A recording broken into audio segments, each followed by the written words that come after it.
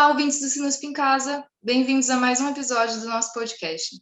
Eu sou a Vitória, estudante de letras aqui da USP e sou curadora do Sinusp. Eu sou Gabriel, estudante de História e também curador aqui no Sinusp. E hoje a gente está aqui com o Guilherme Wisnik para conversar um pouco sobre cinema e urbanismo, tema da nossa última mostra, O Lugar que Habitamos, em cartaz até o dia 13 de março no site do Sinusp e no YouTube do Sinusp. A mostra ela conta com 12 filmes que exploram as cidades do Brasil e do mundo, histórias que as tornam únicas e singulares, explorando suas dinâmicas, seus contrastes e as diferentes formas de habitar. E para pautar essa conversa, a gente selecionou dois dos filmes que está presente ali na nossa mostra. Um é o E, do Alexandre, da Helena Ungaretti e do Miguel Antunes Ramos, um filme de 2014, e o Brasília, com Tradições de uma Cidade Nova, de 67, filme do Joaquim Pedro de Andrade.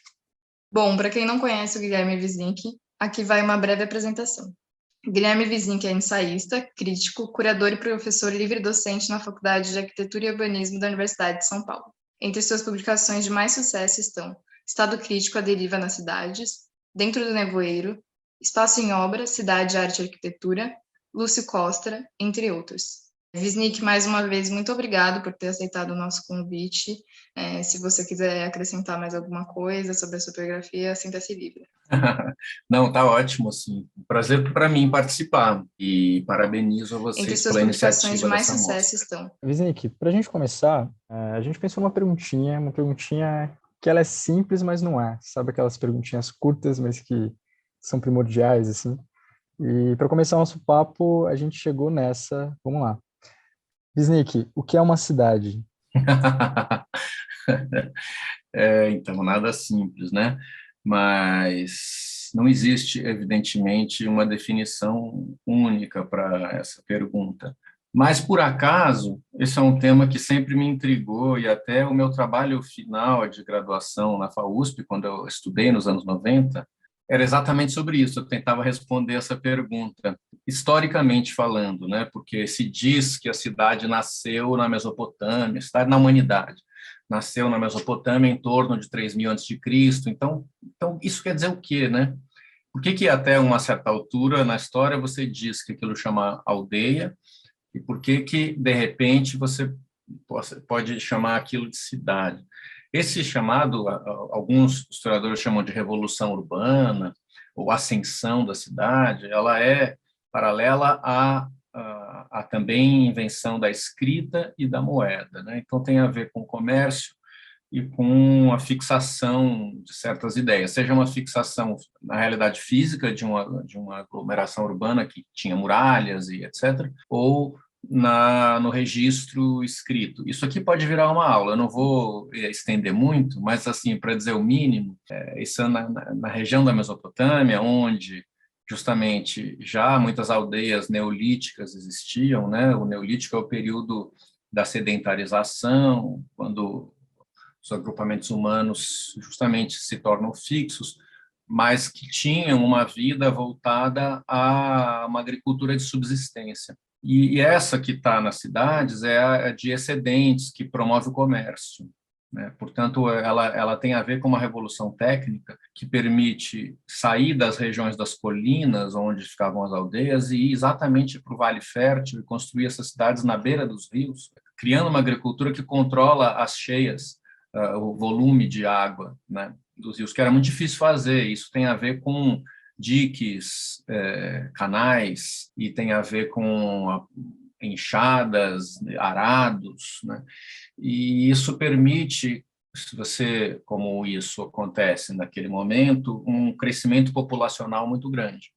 E isso tem a ver com uma complexificação da estrutura social, que passa a ter reis, né, passa a ter líderes religiosos mais destacados, passa a ter exército. E quando Marx escreve sobre isso, no Informações Econômicas Pré-Capitalistas, nota aí uma espécie de pecado original da civilização, né?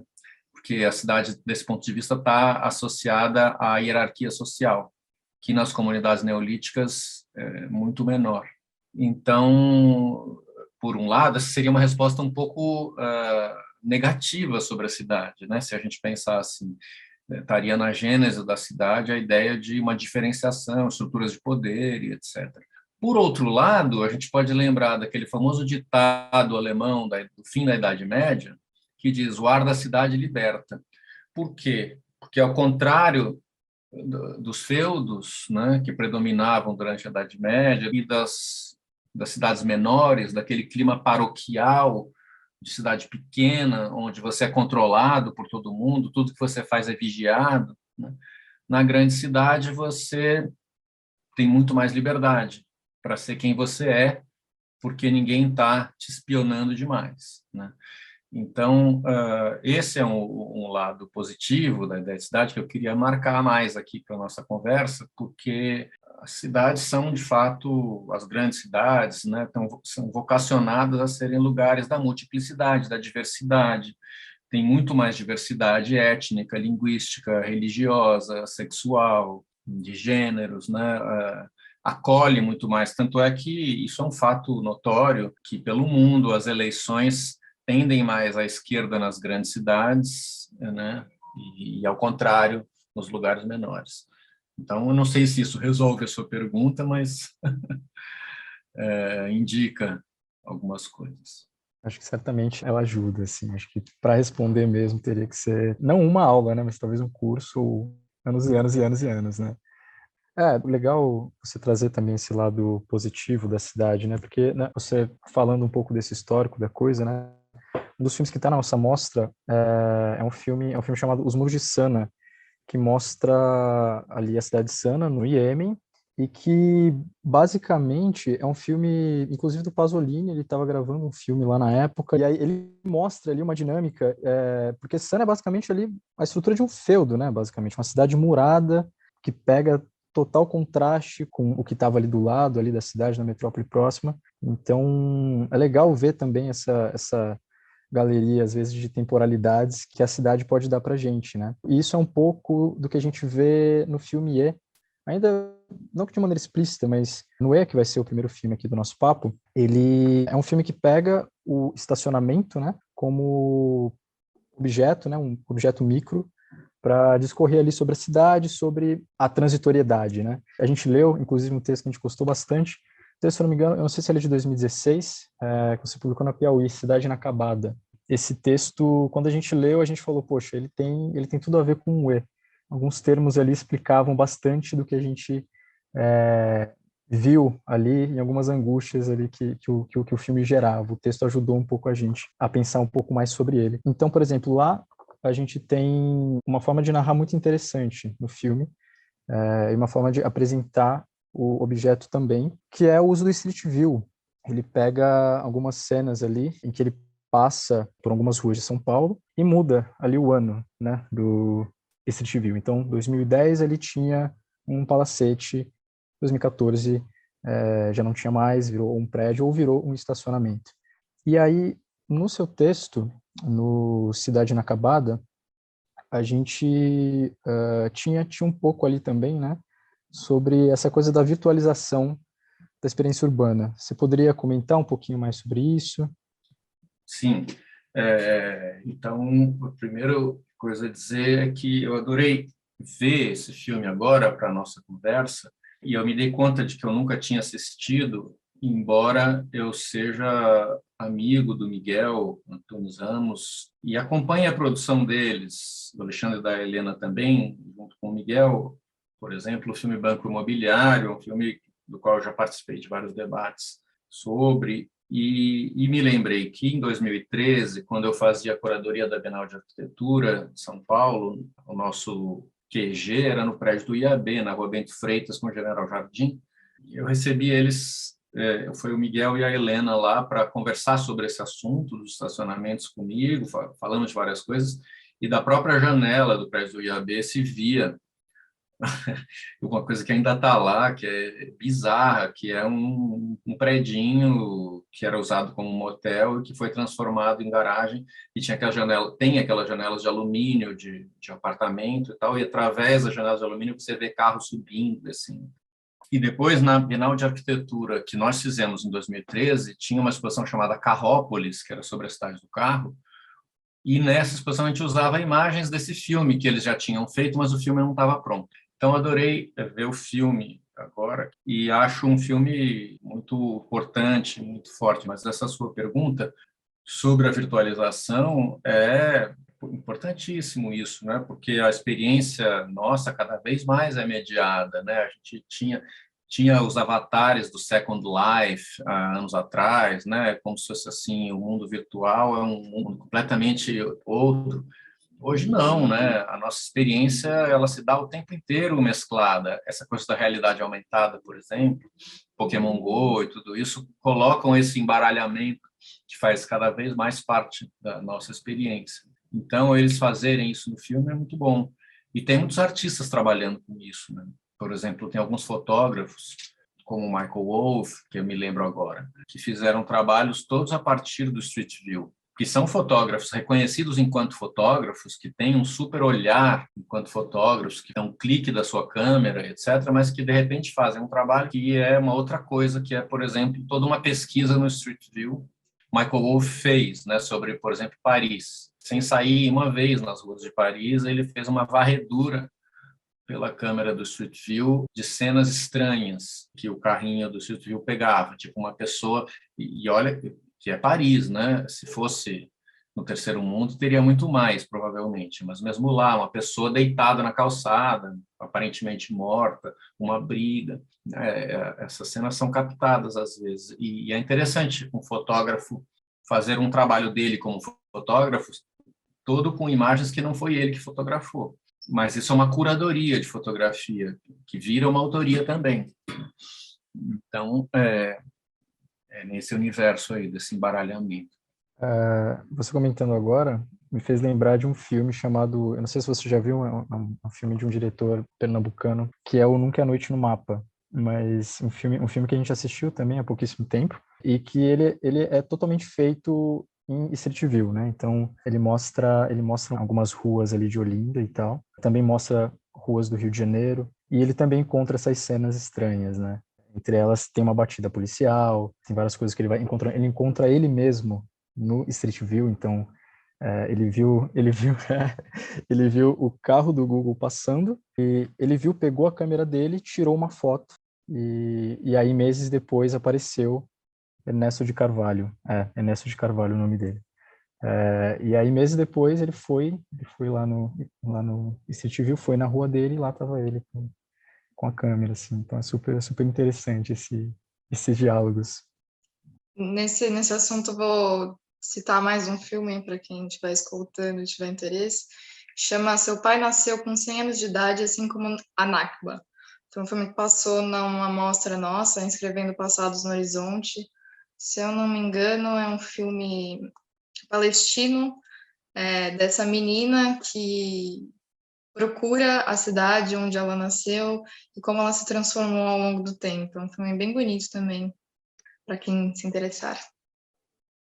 Wisnik, ainda sobre o E, lá no Cidade Inacabada a gente vê um pouquinho ali sobre sobreposições, né? E tem até uma passagem que é bem bacana e que foi uma dessas passagens que, enfim, ajudou nas nossas angústias sobre o filme, que é a do Lévi-Strauss, né? Que fala ali que, eu não sei se ele se referiu diretamente a São Paulo Sim, naquilo. ele está Foi falando da cidade na América, mas Uhum. é no capítulo que ele fala de São Paulo, então claramente ele está pensando em São Paulo. Ele fala que é justamente uma cidade inacabada, né? Que está ali em transição, numa eterna transição, talvez. Você poderia falar um pouco mais e sobre o que o estacionamento ele simboliza na cidade? O que o estacionamento simboliza em São Paulo, essa cidade que justamente é marcada por essa dinâmica transitória e enfim, inacabada. Certo. Então, o raciocínio do Levi-Strauss está no Tristes Trópicos, no capítulo que ele fala sobre São Paulo, e aí ele está se referindo à cidade na América, pensando em São Paulo, que virou uma ideia famosa, né? O Caetano Veloso citou isso em verso de canção, na canção Fora da Ordem, aqui tudo parece que ainda é construção e já é ruína, né? Para o Levi-Strauss, isso ele diz, é espantoso para um europeu, porque para um europeu uma cidade fica velha, ela fica charmosa, né? O tempo vai dando charme para a cidade. Aqui na América, e aí São Paulo é o caso, não, né? A cidade já se arruína muito rápido. Ela nem está pronta ainda, ela já está se arruinando.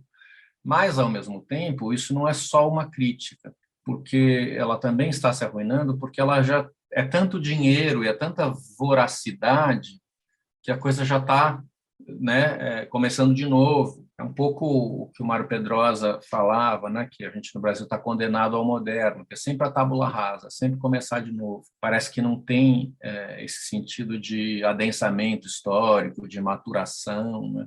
Então, é uma percepção ambígua, né? Tanto no Lévi-Strauss quanto no Mário Pedrosa. Tem um lado que é de uma energia muito forte e o outro que é de uma falta de profundidade. E aí a sua pergunta é boa, o estacionamento é um sintoma disso, né? Talvez seja um dos mais claros, porque como mostra bem o filme, o estacionamento ele ocupa terrenos que estão em transição, né? Acabou de demolir uma construção que estava ali e vai surgir ali um novo lançamento imobiliário. Enquanto isso, vira estacionamento. Então, o estacionamento ele é esse né, justamente, ele é esse enquanto. E quanto mais estacionamentos existem nesse sentido, maior é o sinal de que a cidade está fazendo esse processo de renovação precária, né? Tem alguém que fala lá, um dono de estacionamento, o estacionamento não dá muito dinheiro, né? Ele é uma ocupação que vai sendo, ela acontece enquanto isso, e ao mesmo tempo dá a cara da cidade, né? Se você pensar numa das caras que São Paulo tem, é desses terrenos meio demolidos com estacionamento, assim como edifícios garagem, que também é uma marca de São Paulo. Então, como você perguntou aqui, na sua pergunta já estava sugerida a resposta, né? O estacionamento ele é sim uma marca desse estado transitório da cidade. Então, mas agora saindo dessa ideia de uma cidade inacabada que é São Paulo, né? Essa cidade marcada pelo improviso, pela urgência, pela eterna transformação, indo para a direção completamente oposta, que seria Brasília, né? A cidade modelo, milimetricamente planejada e repleta de contradições, né? Como mostra o filme do Joaquim Pedro de Andrade, o Brasília com Tradições de uma Cidade Nova, de 1968. A gente sabe que você tem toda uma pesquisa sobre o trabalho do Lúcio Costa e sobre a ideia de modernidade, como você bem falou agora. Também a gente acabou lendo o seu artigo, o Brasília, a Natureza Reinventada, que ajudou bastante a iluminar esse trecho da conversa também. E a gente queria que você comentasse um pouco sobre essas contradições, sabe? Da planta, do projeto, do Plano Brasília e da realidade concreta desse lugar. Quando você falava, eu me lembrei de uma frase do texto da Clarice Lispector sobre Brasília, onde ela diz: em Brasília tem espaço calculado para as nuvens. É claro que isso não é verdade, mas é como se fosse, né? Ali é a utopia do plano. Tem um livro do semiólogo alemão Max Benz, saiu pela Cosac Naif esse livro anos atrás no Brasil, chamado Inteligência Brasileira. É um texto que ele escreveu de elogio a Brasília. Ele ficou entusiasmado quando visitou Brasília em 1960, levado pelo João Cabral de Melo Neto. E ele, um grande racionalista, professor na Universidade Ulm, na Alemanha, que era a nova Bauhaus, ele adora Brasília, ali bem no começo de Brasília, e escreve nesse livro que, por causa de Brasília, o Brasil era o grande herdeiro do iluminismo ocidental e do cartesianismo, que todas as esperanças do iluminismo estavam nas costas do Brasil. Olha só. Como é que pode alguém ter pensado isso alguma vez na história? O fato é que isso aconteceu por causa de Brasília. A gente não consegue acreditar, mas é verdade. Mas por que isso? Porque Brasília é um projeto moderno, né? E naquele momento, o concurso foi em 57, o projeto do Lúcio Costa, assim como todos os outros projetos apresentados ao concurso, eram dotados dessa racionalidade que cria na possibilidade de que o urbanismo regrasse a vida das pessoas. que é uma coisa que depois foi muito criticada. Brasília foi inaugurada em 1960 e, ao longo da década de 60, todas as críticas a esse modo de pensar moderno foram sendo feitas, junto com o golpe militar no Brasil. Quer dizer, tanto Brasília era criticada do ponto de vista do pós-modernismo, quanto politicamente, internamente no Brasil, ela virou a sede do poder ditatorial. Então, foi um destino muito infeliz para Brasília nesse sentido. O filme do Joaquim Pedro pega esse momento, né? Já no final dos anos 60, ele é feito, a narração que o Ferreira Goulart faz ali é o texto do próprio Lúcio Costa, é o memorial do plano piloto. Então, ele encarna a voz oficial, quer dizer, o filme ele começa mostrando imagens lindas da cidade naquele momento e expondo o pensamento de quem projetou aquilo. Mas depois, pouco a pouco, o filme vai trazendo as contradições que se misturam. Né? Não tem uma hora que você percebe, aqui deixou de ser a voz do Lúcio Costa e passou a ser o Joaquim Pedro. É sempre a voz do Ferreira Goulart falando, mas tem uma transição. E Brasília é muito forte para... Aliás, tem uma frase no filme que é muito boa, é perfeita a frase, eu não lembro dela exatamente agora aqui, mas ela diz: não são problemas da cidade de Brasília, são problemas do Brasil que a cidade de Brasília amplifica, torna nítidos, né? Porque Brasília, partilhando da utopia moderna, pensava não só que a vida pudesse ser regrada, em grande medida, mas também que houvesse uma democracia social no espaço da cidade, uma convivência entre classes, um acesso igualitário às coisas e tal. E é óbvio que isso não aconteceu. Num país de capitalismo periférico, colonial, escravocrata, nunca isso aconteceria. Então, teve aí uma certa ingenuidade, mas, por essa razão, essas contradições do Brasil, realmente elas ficam muito evidentes em Brasília. Um exemplo que me ocorre, dá agora sobre isso, poderíamos pensar em muitos, mas é o fato de que as superquadras foram planejadas para ter os equipamentos públicos, hospital público, escola pública, né? A cada tantas superquadras você tem equipamentos assim. E, rapidamente, o que aconteceu? Quem mora no superquadra é a elite.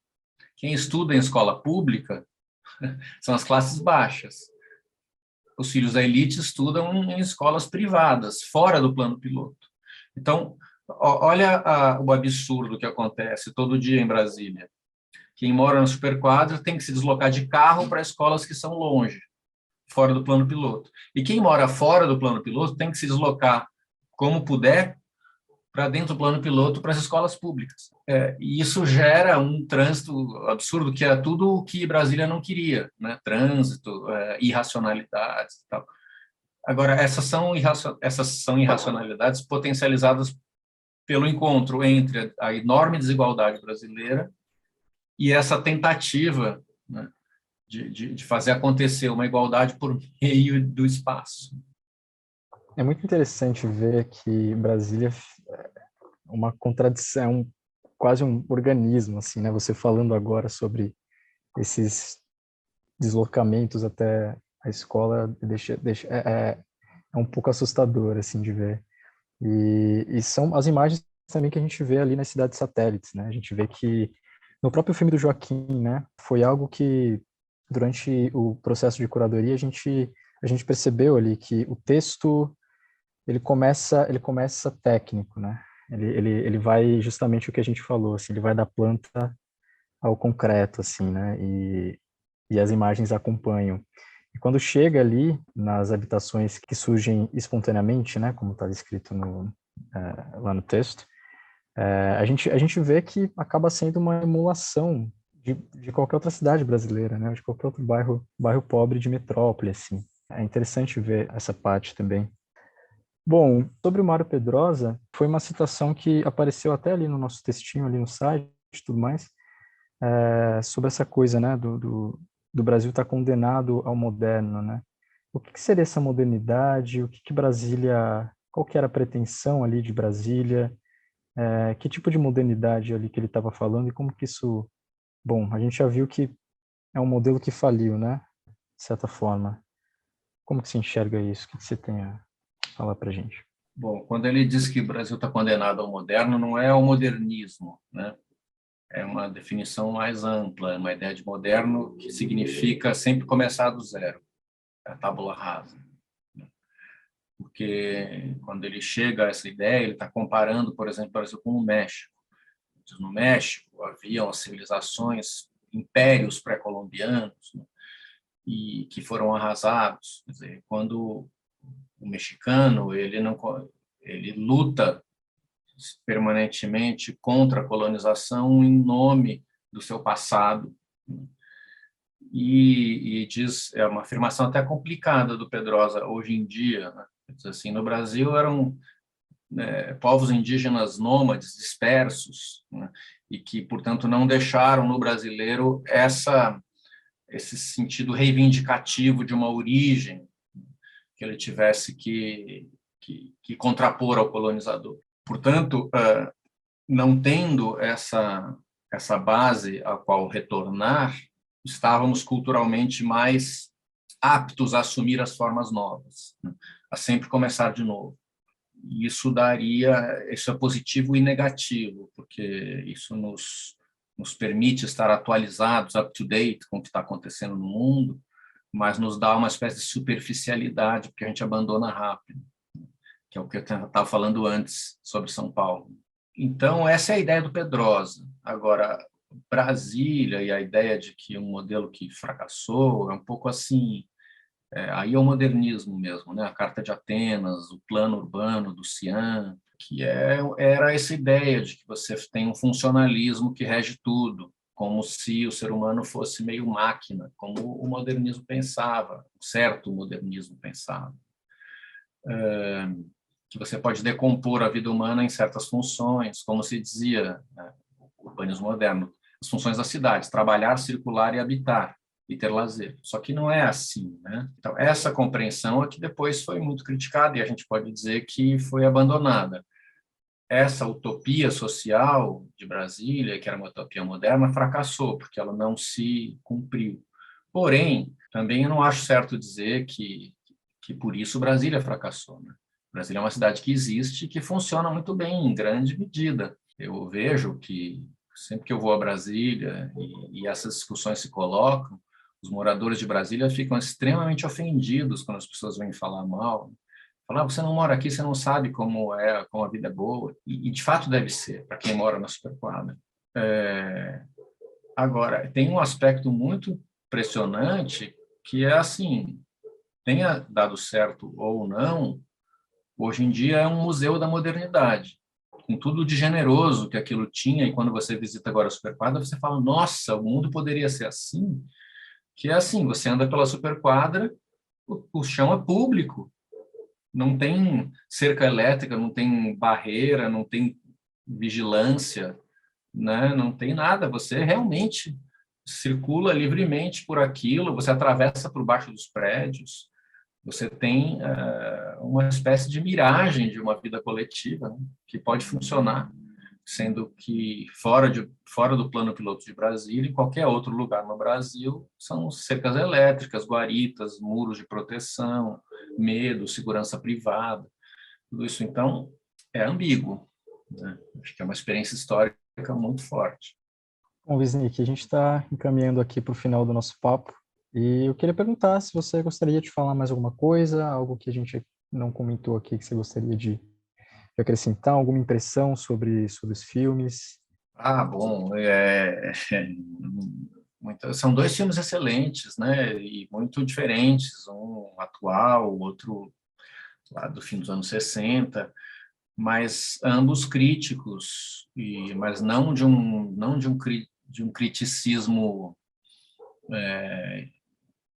mecânico, né, ou mecanicista, são sutis, e por isso muito bons. O Contradições de uma Cidade Nova eu já tinha assistido, mas há muito tempo atrás eu adorei rever. Aquelas imagens são absolutamente incríveis, e as imagens das pessoas, do povo brasileiro na rodoviária de Brasília, na fila do ônibus, na escola, né? Tem uma cena de crianças na escola, a professora fazendo elas cantarem em jogral a banda do Chico Buarque. Olha só, tinha acabado de sair, né? Um ano antes, as crianças já estavam cantando na escola. É uma coisa maravilhosa de ver. Ao mesmo tempo tão distante, aquilo parece pré-histórico, num certo sentido. Por outro lado, era o Chico Buarque, é hoje, né? Já era agora. Então, assim, eu recomendo quem está nos ouvindo aqui que assista esses 2 filmes e assista, além do E, também procure assistir o Banco Imobiliário, do mesmo grupo que fez. Eles têm feito filmes muito legais com essa preocupação de uma crítica ao mercado imobiliário, à especulação imobiliária, a superficialidade do modo como se trata a cidade de São Paulo. Então, são de parabéns. Eu lembrei de um outro filme aqui sobre Brasília, que é o Fala Brasília, do Nelson Pereira dos Santos. Aí eu fiquei pensando no que você falou logo no começo da conversa sobre esse lado positivo das cidades também, da relação da diversidade. E eu acho que esse filme do Nelson é um filme que traz mais esse lado de Brasília. Ele busca entender como a cidade se construiu a partir de entrevistas com as pessoas, com os migrantes que vieram para essa cidade. E é bem interessante. Ele faz uma pesquisa linguística quase no filme. Acho que vale a dica para quem quiser assistir também. Está disponível no YouTube. E é isso. Se você quiser também deixar algum link, algum trabalho futuro seu, quiser divulgar alguma coisa, sinta-se livre. Tem esses textos que vocês citaram aí, são muito bem lembrados. Eu poderia divulgar a minha página do Jornal da USP, né? Que eu tenho uma coluna na Rádio USP, como outros professores, e eu não lembro aqui de cor, mas é fácil achar, né, o meu nome no Jornal da USP. E ali tem temas quinzenais que eu abordo, que tem a ver com urbanos, mas também com a cultura em geral no Brasil. Agradeço o convite de vocês. A gente que agradece mais uma vez a sua disponibilidade, essa grande aula que você nos deu. E muito obrigada. Volte sempre. E para os nossos ouvintes, não se esqueçam que a mostra fica disponível até a metade de março. E nos sigam nas redes sociais, no Instagram do Sinusp, no Facebook, e acompanhem os próximos eventos da mostra. É isso. Tchau, tchau.